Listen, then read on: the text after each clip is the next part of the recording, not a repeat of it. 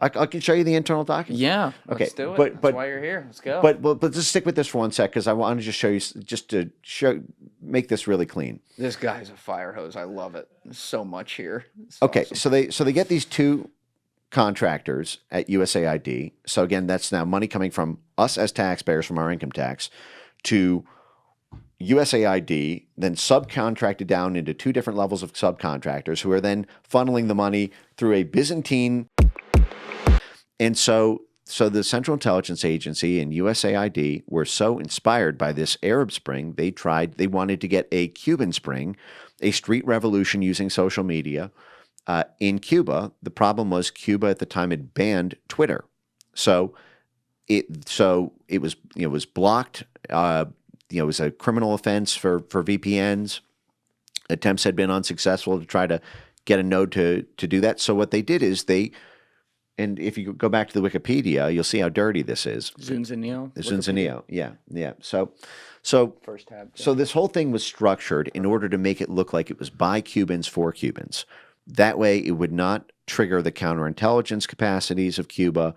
It would not be banned under the Twitter ban. It would look like it was set up by Cubans as a social media networking site for Cubans, but it was secretly created for, funded by, and backed by USAID. And you'll see what they did is they took it was funded by millions of dollars of U.S. taxpayer funds concealed as humanitarian funds designated for Pakistan. Now, Julian, I don't know if you've seen a world map lately, but It's right there. Yeah, that one's actually from the '80s. That's a bad example. I'm sorry. It's an old globe.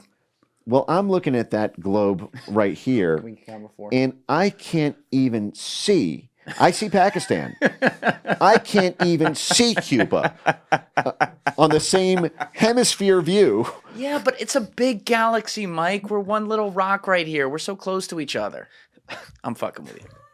He's like so upset at that. If you went to usaspending.gov and you looked up the grant for this, you would see humanitarian relief for Pakistan. You would see fuck all about how the funds are actually being used. And look at what they actually did here. So contractors funded by USAID set up a Byzantine system of front companies using a Cayman Islands bank account and recruiting unsuspecting executives who would not be told of the company's ties to the U.S. government. Private companies, Creative Associates International, they are a major CIA USAID contractor. It's CAI. It's not CIA, it's CAI. And you'll see they were also working with USAID to secretly fund the hip hop movement in Cuba to overthrow the Cuban government through anti-government rap anthems, which is a huge USAID. The State Department has, I can't even tell you how hard the CIA runs the rap game. It's insane. The State Department just recently brought 22 hip hop artists from all these different conflict zones. I can walk you through in Bangladesh how USAID was funding rap musicians, reporting back to the State Department about how the songs were designed to create street protests, producing their music videos. We can even watch some of these music videos if you want to get into this. You're talking about ones from other countries right now. Yeah. I can show you the internal document. Yeah. Okay. Let's do it. That's why you're here. Let's go. But just stick with this for one sec because I want to just show you make this really clean. This guy's a fire hose. I love it. There's so much here. It's Okay. awesome. So they get these two contractors at USAID. So again, that's now money coming from us as taxpayers from our income tax to USAID, then subcontracted down into two different levels of subcontractors who are then funneling the money through a Byzantine layer of Cayman Islands offshore bank accounts, which, by the way, was a structure that was originally conceived of by the Central Intelligence Agency. You can look up a guy named Paul Hellawell, who was the CIA's lead lawyer during the Cold War. Just type in on a new tab, Paul Hellawell, CIA Castle Bank and Trust. This is a good example of this. Castle banking, yeah. Got it. And then we'll come back to this Wikipedia in a second. Paul Hellawell is let's pull that over. We got it. Hellillwell. Oh, okay. All right. How the CIA helped Disney conquer Florida? Yeah, Does it sound like him? because Paul Hellawell went from being the CIA's lawyer to Disney's lawyer. Oh, Yeah. that's convenient. We have to understand Disney was a big time propaganda company for the War Department during World War II, during the Cold War. this connects to the whole media apparatus that where the U.S. government did favors for Disney, Disney did favors for the U.S. government. Today, now a lot of Disney media properties are also wrapped up in this whole thing. But if you run a search, this is I haven't seen this particular article, but let's just see if you run Control F for Castle Bank, or just Castle. Okay, well, just go to Castle Bank. Just look up Castle Bank and Trust. Castle Bank, just that. Yeah, No just Helloa? that. Yeah, Okay. there you go.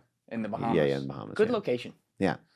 Okay, so it was a Bahamas bank that was involved in tax evasion, and this is a CIA proprietary bank. Yeah, founded in the 1960s by Paul Hellawell. Yeah. Who is? He was an OSS guy. He was an OG. Yeah. Wow. Well, this started Yeah. right away. I mean, This is really what created the rise of offshore banking. Essentially, the OSS found that the Vatican Bank was a very. I'm not joking. We're hitting every keyword. This is incredible. Well, Keep going. but this is They true. found that the Vatican Bank was what? Okay, a great source on this if you want to read it. This great book by Gerald Posner. by Paul Williams. It's called Operation Gladio. Okay. The Unholy Alliance between the CIA, the Vatican, and the mob. And it's a great book. It goes through this history, but there's a dozen other sources that you can find this in as well. But we were at war with Mussolini in Italy, Yes. and that was a conflict that really started in the 1930s. And at the time, you had Mussolini cracking down on two forces within Italy: the mob, the Italian mafia in the South, and the Vatican,